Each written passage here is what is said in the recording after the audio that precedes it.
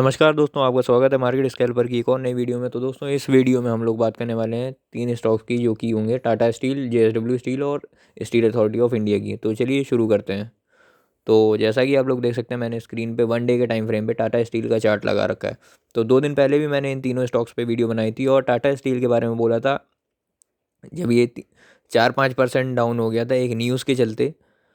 तो अभी उस दिन भी मैंने आपको बोला था कि 1100 का लेवल जब तक ब्रेक नहीं होता है तब तक आपको होल्ड रखने की सलाह दी थी। और 1100 के बाद अगर आप डेयरिंग हैं तो 1060 के नीचे जब तक ये ना जाए तब तक आप होल्ड रखें। और अगर आपने मेरी बात मानी होगी और उस दिन घबरा के इसको सेल नहीं किया होगा तो आज आप देख सकते हैं हमें क्लियर ब्रेकआउट देखने को मिला है। उस दिन ये 1188 का भी लेवल दिया था कि इसके ऊपर आपको ब्रेकआउट देखने को मिलेगा। तो अब आप अपने चार्ट्स पे 2 लेवल और मार्क कर लीजिए।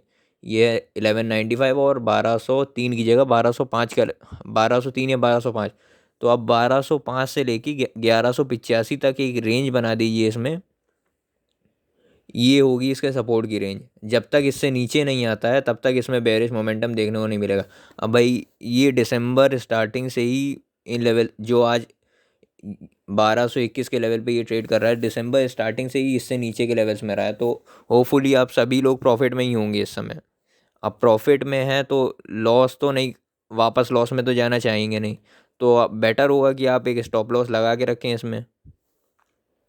और अगर क्योंकि अगर आप इसको अभी एग्जिट कर देते हैं तो हो सकता है कि ये 2 दिन में आपको 1300 का टारगेट दिखाता हुआ मिले, तो आपको भी बुरा लगेगा कि आप वो प्रॉफिट नहीं ले पाए। इतने दिनों तक आपने वेट किया और कुछ खास ज़्यादा प्रॉफिट आपको मिला नहीं। तो मेरे हिसाब से सलाह यही रहेगी कि आप इसमें स्टॉप लॉस लगा के रखें। लास्ट स्टॉप लॉस आपका होना चाहिए 1185 का। इससे नीचे निकले तो आप सेल कर सकते हैं इसको। और इसका अगर हम टारगेट की बात कर लें तो ये कल 1 या 2 दिन में आपको 1280 का लेवल और उसके बाद 1280 का रेजिस्टेंस अगर ये तोड़ता है तो उसके ऊपर ये छोटे से टाइम फ्रेम में ही आपको पहला टारगेट इसका होगा 1280 का, उसके बाद होगा 1320 और 1320 के बाद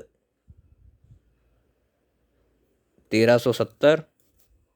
और 1370 भी अगर ये ब्रेक करता है और इसमें बेरिश मोमेंटम नहीं आता है तो होपफुली ये आपको 1400 के ऊपर का 1425 के आसपास का लेवल दिखाता हुआ मिल सकता है। और 1425 पे भी अगर डाउन ट्रेंड नहीं आया तो ये ऑलमोस्ट अपने एटीएच के करीब जाता हुआ दिख सकता है कुछ ही दिनों में, 1 से 2 महीने के अंदर अंदर, या फिर ये 10-15 दिन में भी हो सकता है। और चलिए अब बात करते हैं जेएसडब्ल्यू स्टील की।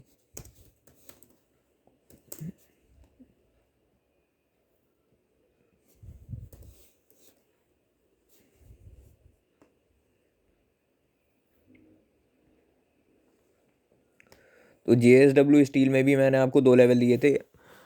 एक दिया था 631 का और एक दिया था 630 और 604 का 600 का लेवल दिया था आपको। तो वो भी ब्रेक हुआ नहीं है। और अगर आपने बात मानी होगी तो इसमें भी आज 5% अप हुआ है। और जहाँ से ये नीचे आया था वो करीब 665 का लेवल था, उससे ऊपर ही आज खड़ा हुआ है। और इसका भी अगर आप देखें तो अभी तो ये बहुत बड़े रेजिस्टेंस के करीब है। अभी ये अगर आप टाटा स्टील को देखें तो वो रेजिस्टेंस तोड़ चुका है और इसको अभी तोड़ना बाकी है। तो टाटा स्टील तो बुलिश दिख सकता है। टाटा स्टील में स्टॉप लॉस भी नियर है और अगर आप देखें तो वो पहले से ही अपना रेजिस्टेंस तोड़ चुका है। अब नए टारगेट की तरफ टाटा स्टील बढ़ रहा है तो उसमें बाइंग की सलाह रहेगी।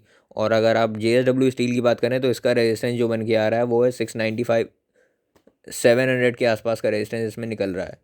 तो 700 जब तक ये ब्रेक नहीं करता है तब तक आपको बाय नहीं करना है। और हो भी सकता है ये 700 से पहले रिजेक्ट होके नीचे आ जाए, तो अभी होल्ड रखिए।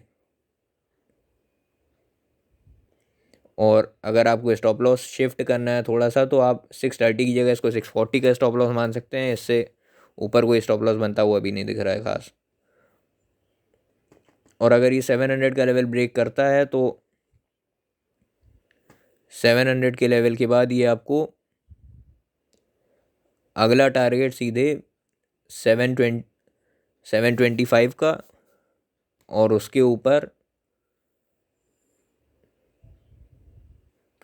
740, फिर अगला रेजिस्टेंस इसका सीधे इसका ऑल टाइम हाई से नीचे 760 का लेवल, और उसके बाद इसका 52 वीक का हाई जो बन रहा है 780 के आसपास का लेवल बनता हुआ दिख रहा है। और 780 भी ब्रेक करता है तो हमें नया 52 वीक का हाई देखने को मिलेगा।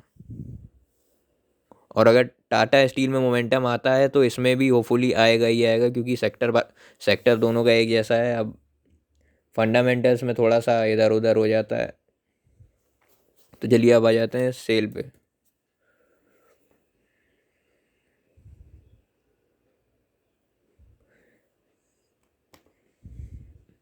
तो सेल में कोई खास ज़्यादा मोमेंटम आपको आज मिला नहीं देखने को। अभी मेरे हिसाब से सबसे ज़्यादा अंडर वैल्यूड हमें सेल ही दिखता है, और इसने अभी 104 के लेवल के आसपास से बाउंस लिया है। और तो अब इसका सपोर्ट मतलब स्टॉप लॉस आप ट्रेल कर सकते हैं 104 पे। अभी सेल अगर 115 का लेवल निकालता है, मतलब 114 का लेवल निकालता है, तो आप इसमें बाइंग बना सकते हैं। और फॉर अ टारगेट ऑफ मतलब 115 के ऊपर अगर ये निकलता है तो 123 का लेवल इसका अगला टारगेट होगा, और 123 के ऊपर निकलता है तो इसका अगला टारगेट 131 का होगा। अभी बाइंग की सलाह केवल टाटा स्टील में दिख रही है, और कोई भी इन तीनों में से उस लेवल पे पहुंचा नहीं है कि इसको बाय किया जा सके। अभी अभी जो बने हुए हैं ट्रेड में तो वो होल्ड रख सकते हैं, क्योंकि अभी कोई दिक्कत वाली बात नहीं है बाकी दोनों शेयर्स में। 131 के बाद 140, और इसके बाद 150, और उसके ऊपर आपको नया ऑल टाइम हाई। बड़ी बड़ी ब्रोकरेजेस भी इस पे 172 का रेट बोल रही हैं कि कुछ दिनों में आपको मिल सकता है। तो होपफुली हो भी सकता है मिले कुछ ही दिनों में आपको, अगर ये मोमेंटम जारी रखे। तो मैं आशा करता हूँ आपको ये वीडियो पसंद आई होगी। अगर आपको पसंद आई हो तो लाइक कीजिए और यूट्यूब चैनल को सब्सक्राइब कर लीजिए। मिलते हैं आपसे अगली वीडियो में। और अगर आपने हमारा टेलीग्राम चैनल ज्वाइन नहीं किया है तो आप ज्वाइन कर सकते हैं, लिंक इज अंडर डिस्क्रिप्शन। मैं उस पर स्टॉक्स, निफ्टी, बैंक निफ्टी की अपडेट्स रेगुलरली देता ही रहता हूँ डेली। Thanks for watching.